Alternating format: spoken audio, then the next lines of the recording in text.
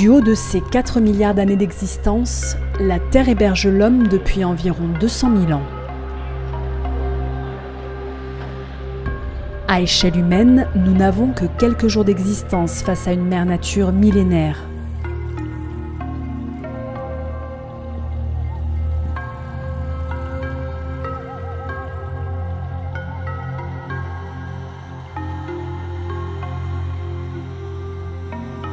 Quelques heures nous ont suffi pour perturber son rythme biologique.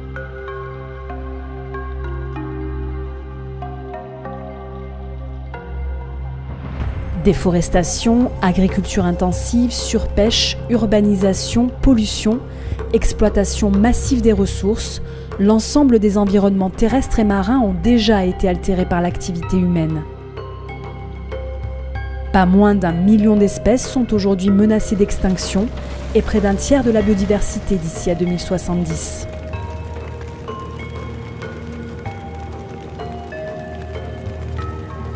Ce constat n'est pas une fatalité. Si nous ne pouvons plus nier que nos actions ont un impact direct sur la détérioration de la santé de notre planète, l'inverse est aussi vrai.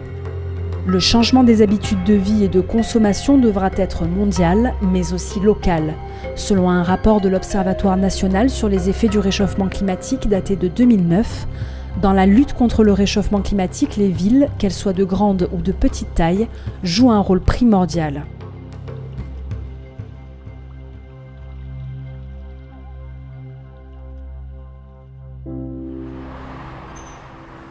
La moitié de la population mondiale est aujourd'hui citadine.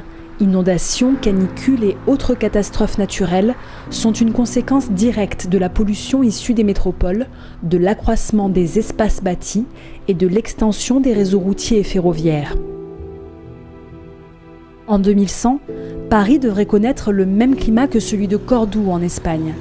Penser la ville de demain en tenant compte de ces changements devient une nécessité impérieuse. Et si l'on en croit les études scientifiques, la ville de demain devra rendre sa place à la nature. Il est prouvé que sur une avenue de lotissement, qui est souvent surdimensionnée parce qu'elle a été dessinée pour vraiment des aménagements routiers, s'il n'y a pas d'arbres, en été, on va avoir une température qui peut atteindre les 70 degrés au ras du sol. Si on a une strate arborée, donc des alignements d'arbres, des arbustes en dessous, des surfaces non perméabilisées avec de l'eau qui va rentrer, ça veut dire de l'eau de la nappe phréatique qui va sortir aussi par évapotranspiration, on arrive à avoir des températures de 5, 10, 15 degrés inférieures. Ça, c'est vraiment le thermomètre qui nous le dit. Il y a tous les bienfaits écologiques qui se quantifient aussi sur la richesse des échanges, etc. Et après, il y a un côté extrêmement subjectif, sensible du paysage, qui est que la vue du verre, la vue de la plante, la vue de l'être vivant, la vue de l'oiseau, de la vie en fait, ça amène des aménités, ce qu'on appelle des aménités, le bonheur d'habiter cet endroit-là.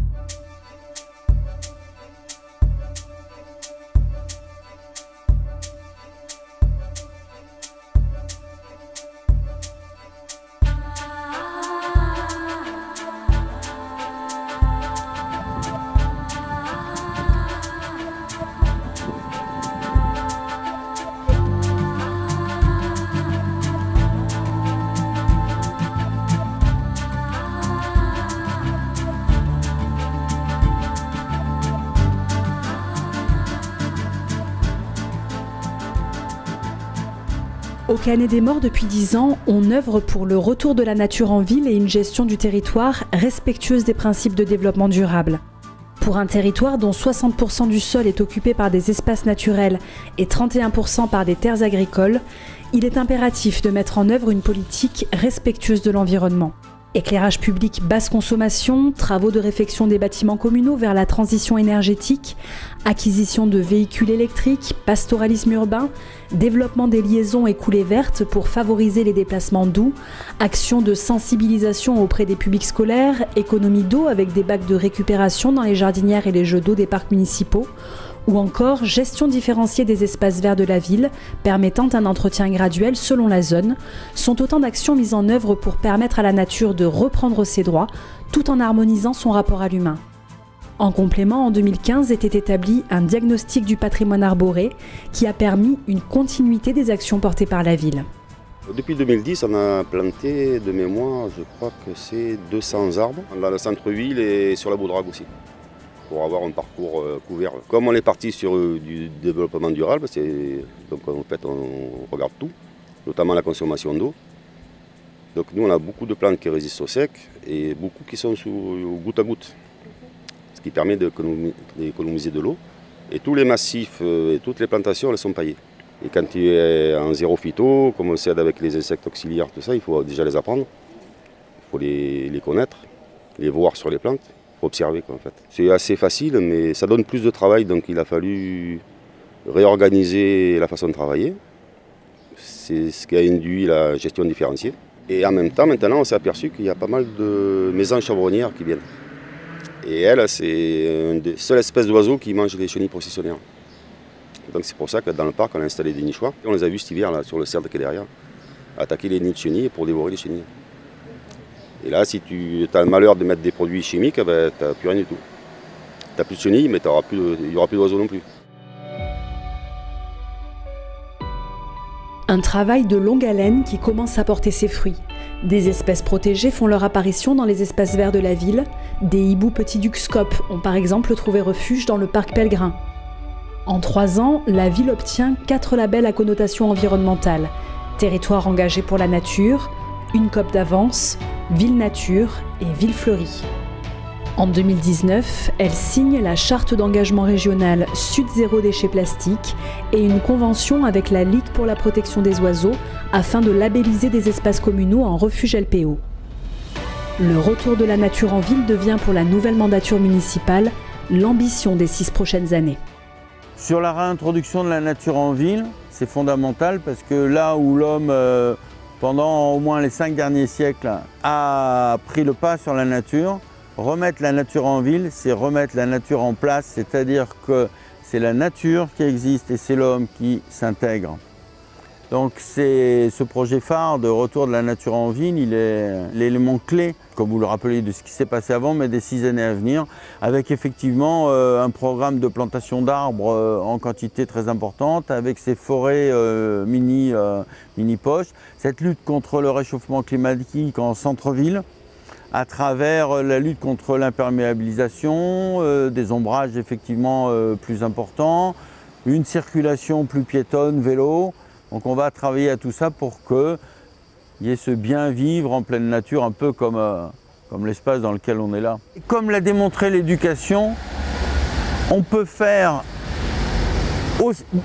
aussi vite bien que mal.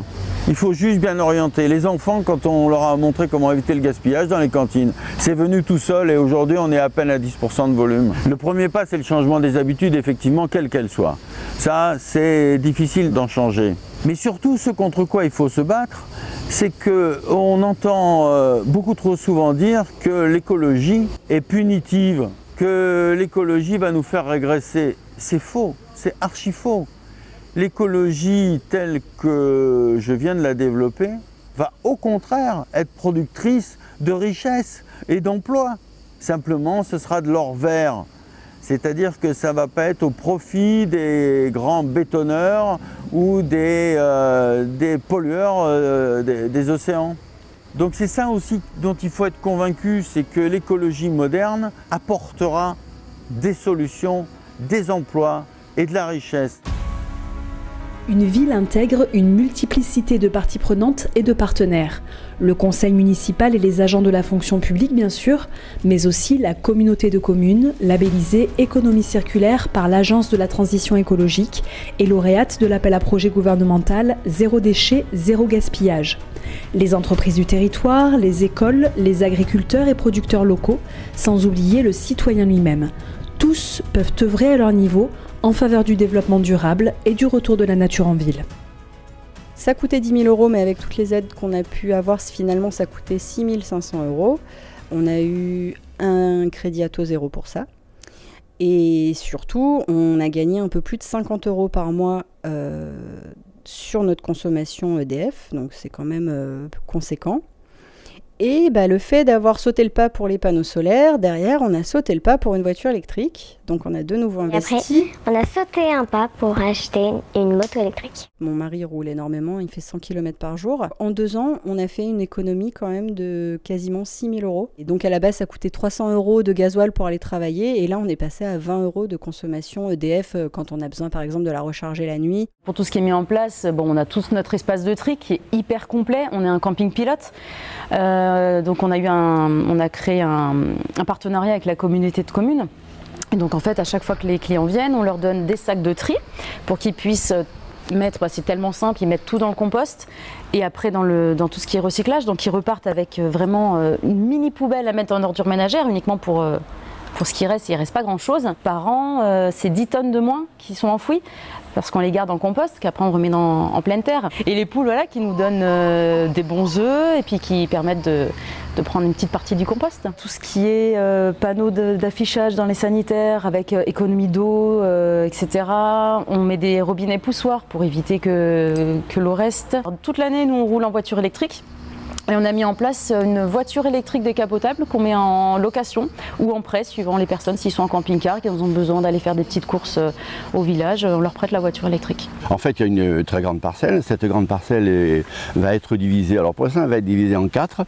Une partie seront des petits jardins par lot de entre 100 et 150 mètres carrés qui seront destinés aux familles canétoises qui en feront la demande et à condition qu'elles n'aient pas déjà de la terre ou des jardins. Un quart sera un petit verger, un quart sera ce que j'aimerais beaucoup, un potager, le vrai potager scolaire et en même temps collectif.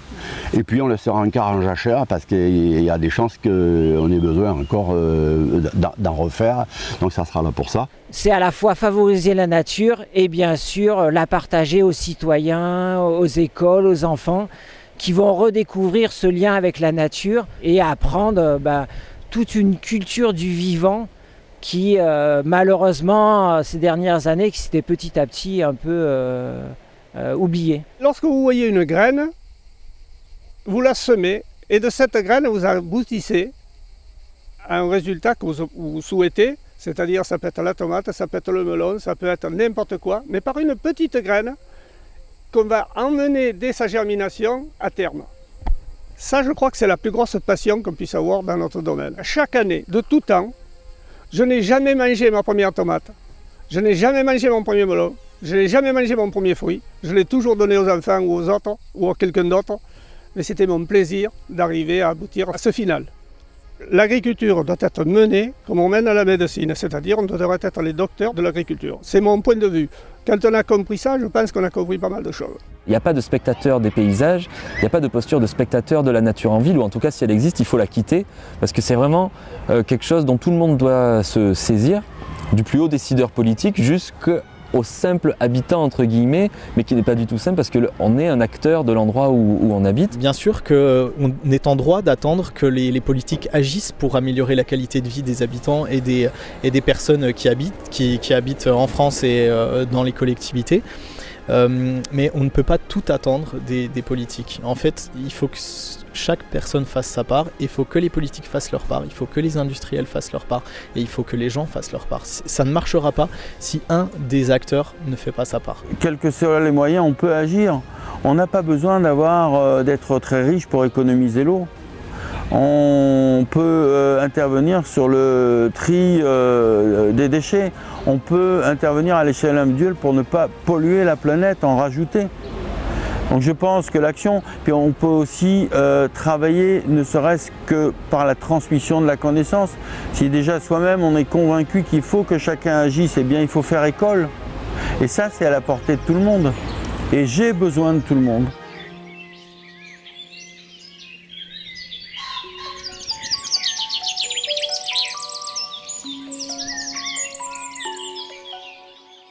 Maman m'a dit de faire attention. J'ai pas compris mais j'ai monté le son. J'ai vu la terre mourir à petit feu. Comme dit mon père, on aurait pu faire mieux. J'ai pas compris, j'ai posé des questions. Dites-moi les grands n'ont-ils pas de raison? Ce serait dommage qu'on ne puisse plus vivre ici, ou même pire qu'on meure de leur connerie. Et ça danse, danse, danse dans ce monde.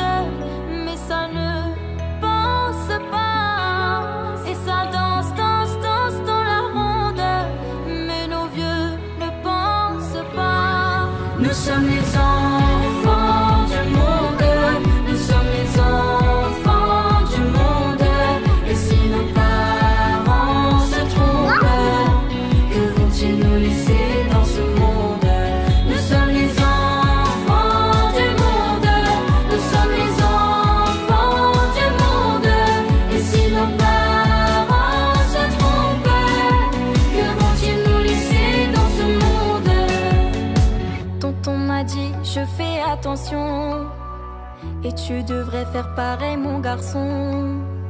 Dans quelque temps ce sera déjà trop tard. On ne peut plus laisser ça au hasard.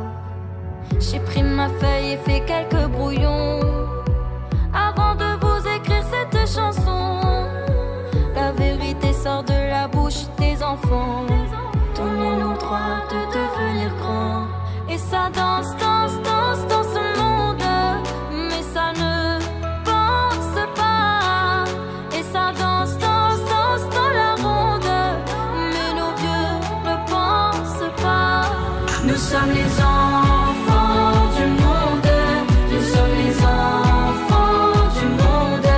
Et si nos parents se trompent, que vont-ils nous laisser dans ce monde? Nous sommes les enfants du monde. Nous sommes les enfants du monde. Et si nos parents se trompent, que vont-ils nous laisser dans ce monde? Oh,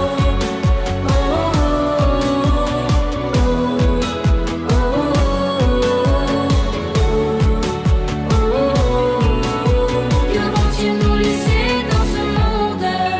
Et ça danse, danse, danse dans ce monde. Mais ça ne pense pas. Et ça danse, danse, danse dans la ronde. Mais nos vieux ne pensent pas. Nous sommes les enfants du monde. Nous sommes les enfants du monde. Et si nos parents se trompent, que vont-ils nous laisser dans ce monde? Nous sommes les enfants